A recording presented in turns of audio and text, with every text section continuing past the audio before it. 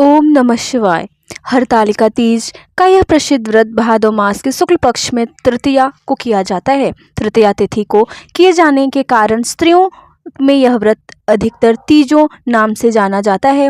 कुंवारी लड़कियों में यह व्रत इच्छित वर पाने की आशा से तथा विवाहित स्त्रियां सुहाग की रक्षा और पति की सुख कामना करके करती हैं। प्राचीन काल से चल रही मान्यता है कि इस व्रत को करने वाली स्त्रियां पार्वती के समान सुखपूर्वक जीवन यापन करके शिवलोक को प्राप्त होती हैं। तो आइए जानते हैं हरतालिका व्रत का विधान। व्रत करने वाला व्यक्ति सूर्योदय के पहले उठे और भगवान शंकर जी का स्मरण करे, फिर नित्य कर्मों से निवृत्त होकर शिवालय में जाए जहां पूजन करना हो और कथा पढ़नी अथवा सुननी हो। यदि हो सके तो शिव मंदिर में शिव पार्वती पूजन के लिए केले के बंधनवार इत्यादि अनेक पुष्प मालाओं से सुसज्जित एक सुंदर मंडप तैयार कर ले। सुहाग चाहने वाली स्त्रियों को शंकर पार्वती की बालू की प्रतिमा बनाकर उसे इस मंडप में स्थापित कर पूजा करनी चाहिए। पूजा में शिव पार्वती से संबंधित कोई भी स्रोत अथवा शिव चालीसा का पाठ कर सकते हैं।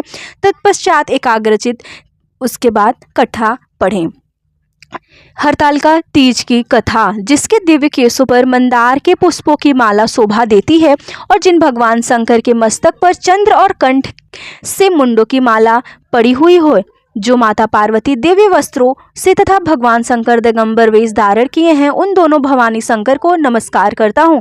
कैलाश पर्वत के सुंदर शिखर पर माता पार्वती जी ने श्री महादेव जी से पूछा, हे महेश्वर, मुझसे आप वह गुप्त से गुप्त वार्ता कहिए जो सबके लिए सब धर्मों से भी सरल तथा महान फल देने वाली हो। हे नाथ, यदि आप भली भांति प्रसन्न हैं तो आप उसे मेरे सम्मुख प्रकट कीजिए। हे जगन्नाथ, आप यदि मध्य और अंत रहित हैं, आपकी माया का कोई पार नहीं है, आपको मैंने किस भांति प्राप्त किया है, कौन से व्रत तप या दान के पुण्य फल से आप मुझको वर रूप में मिले। श्री महादेव जी बोले, हे देवी, यह सुन, मैं तेरे सम्मुख उस व्रत को कहता हूँ जो परम गुप्त है। जैसे तारागणों में चंद्रमा और ग्रहों में सूर्य, वर्णों में ब्रह्मांड, देवताओं में गंगा, पुराणों में महाभारत, वेदों में साम और इंद्रियों में मन श्रेष्ठ है, वैसे ही पुराण और वेद सबसे इसका वर्णन आया है, जिसके प्रभाव से तुमको मेरा आधा आसन प्राप्त हुआ है। हे प्रिय, उसी का मैं तुमसे वर्णन करता हूँ, सुनो। भाद्रपद भादो मास के शुक्ल पक्ष की हस्त नक्षत्र संयुक्त तृतीया के दिन इस व्रत का अनुष्ठान मात्र करने से सब पापों का नाश हो जाता है। तुमने पहले हिमालय पर्वत पर इस महान व्रत को किया था जो मैं तुम्हें सुनाता हूँ। पार्वती जी बोली, हे प्रभु, इस व्रत को मैंने किस लिए किया था, यह मुझे सुनने की इच्छा है, सो कृपा करके कहिए। शंकर जी बोले, आर्यावर्त में हिमालय नामक एक महान पर्वत है जहाँ अनेक प्रकार की भूमि अनेक प्रकार के वृक्षों से सुशोभित है, जो सदैव बर्फ से ढके हुए तथा गंगा की कलकल ध्वनि से शब्दमान रहता है। हे पार्वती जी, तुमने बाल्यकाल में उसी स्थान पर परम तप किया था और 12 वर्ष तक के महीने में जल में रहकर तथा बैसाख मास में अग्नि में प्रवेश करके तप किया। श्रावण मास के महीने में बाहर खुले में निवास कर अन्न त्याग कर तप करती रही। तुम्हारे उस कष्ट को देखकर तुम्हारे पिता को बड़ी चिंता हुई। वे चिंतातुर होकर सोचने लगे कि मैं इस कन्या की किससे शादी करूं। इस अवसर पर देव योग से ब्रह्मा जी के पुत्र नारद जी वहां आए। देवर्षि नारद ने तुम शैलपुत्री को देखा। तुम्हारे पिता हिमालय ने देवर्षि को अर्घ्यपाद्य आसन देकर सम्मान सहित बिठाया और कहा, हे मुनीश्वर, आपको यहाँ तक आने का कष्ट कैसे किया, कहिए क्या आज्ञा है। नारद जी बोले, हे गिरिराज, मैं विष्णु भगवान का भेजा हुआ यहाँ आया हूँ, तुम मेरी बात सुनो। आप अपनी कन्या को उत्तम वर को दान करें।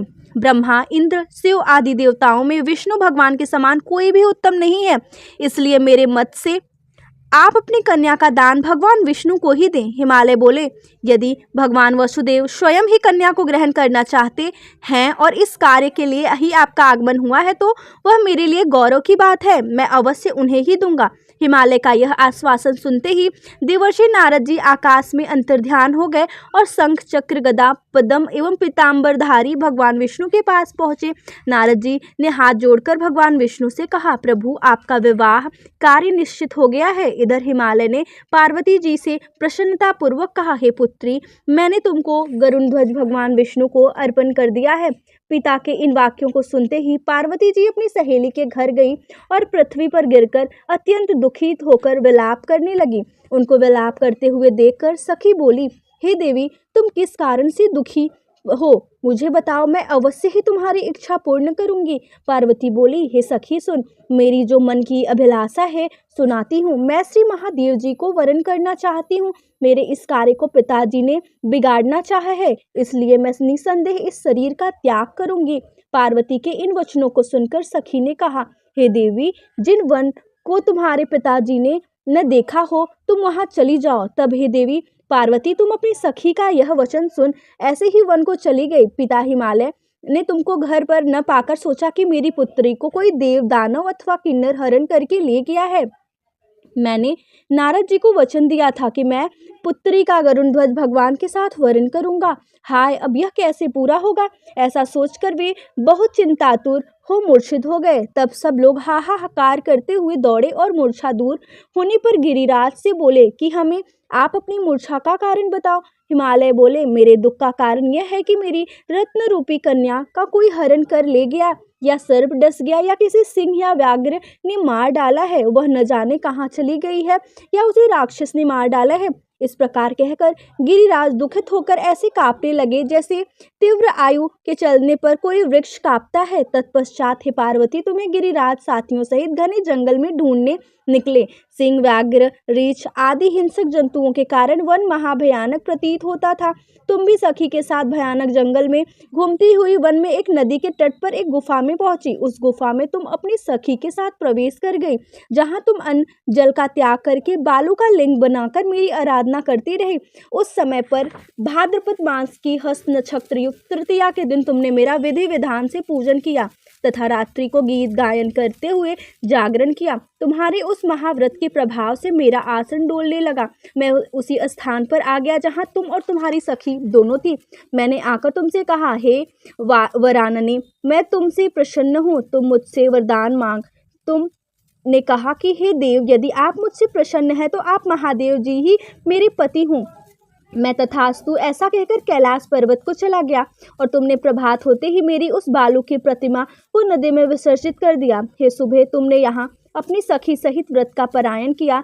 इतने में तुम्हारे पिता हिमवान भी तुम्हें ढूंढते ढूंढते उस घने वन में आ पहुंचे। उस समय उन्होंने नदी के तट पर दो कन्याओं को देखा तो वे तुम्हारे पास आ गए और तुम्हें हृदय से लगाकर रोने लगे और बोले, बेटी, तुम इस सिंह व्याघ्रादि युक्त घने जंगल में क्यों चली आई? तुमने कहा, हे पिता, मैंने पहले ही अपना शरीर शंकर जी को समर्पित कर दिया था, किंतु आपने इसके विपरीत कार्य किया, इसलिए मैं वन में चली आई। ऐसा सुनकर हिमवान ने तुमसे कहा कि मैं तुम्हारी इच्छा के विरुद्ध यह कार्य नहीं करूंगा। तब वे तुम्हें लेकर घर को आए और तुम्हारा विवाह मेरे साथ कर दिया। हे प्रिय, उसी व्रत के प्रभाव से तुमको मेरा अर्धासन प्राप्त हुआ है। इस व्रत राज को मैंने भी अभी तक किसी के सम्मुख वर्णन नहीं किया है। हे देवी, अब मैं तुम्हें यह बताता हूँ कि इस व्रत का यह नाम क्यों पड़ा। तुमको सखी हरण करके ने ले गई थी, इसलिए हरतालिका नाम पड़ा। पार्वती जी बोली, हे स्वामी, आपने इस व्रतराज का नाम तो बता दिया, किंतु मुझे इसकी विधि एवं फल भी बताइए कि इसके करने से किस फल की प्राप्ति होती है। तब भगवान शंकर जी बोले, इस स्त्री जाति के अत्युत्तम व्रत की विधि सुनिए। सौभाग्य की इच्छा रखने वाली स्त्रियां इस व्रत को विधि पूर्वक करें। केले के खंभों से मंडप बनाकर उसे वंदनवारों से सुशोभित करें। उसमें विधि रंगों से उत्तम रेशमी वस्त्र की चांदनी ऊपर तान दे। चंदन आदि सुगंधित द्रव्यों को लेपन करके स्त्रियां एकत्र हों। शंख, भेरी, मृदंग आदि बजावें। विधि पूर्वक मंगलाचार करके श्री गौरी शंकर की बालू निर्मित प्रतिमा स्थापित करें। फिर भगवान शिव पार्वती जी का गंध, धूप, पुष्प आदि से विधि पूर्वक पूजन करें। अनेकों नैवेद्यों का भोग लगाएं और रात्रि को जागरण करें। नारियल, सुपारी, ज्वारी, नींबू, लौंग, अनार, नारंगी आदि ऋतु फलों तथा फूलों को एकत्रित करके धूप दीप आदि से पूजन करके कहें, हे कल्याण स्वरूप शिव, हे मंगल रूप शिव, हे मंगल रूप महेश्वरी, हे शिवे, सब कामनाओं को देने वाली देवी, कल्याण रूप तुम्हें नमस्कार है। कल्याण स्वरूप माता पार्वती, हम तुम्हें नमस्कार करते हैं। भगवान शंकर जी को सदैव नमस्कार करते हैं। हे ब्रह्मा रूपिणी जगत का पालन करने वाली माँ, आपको नमस्कार है। हे सिंह वाहिनी, मैं सांसारिक भय से व्याकुल हूँ, तुम मेरी रक्षा करो।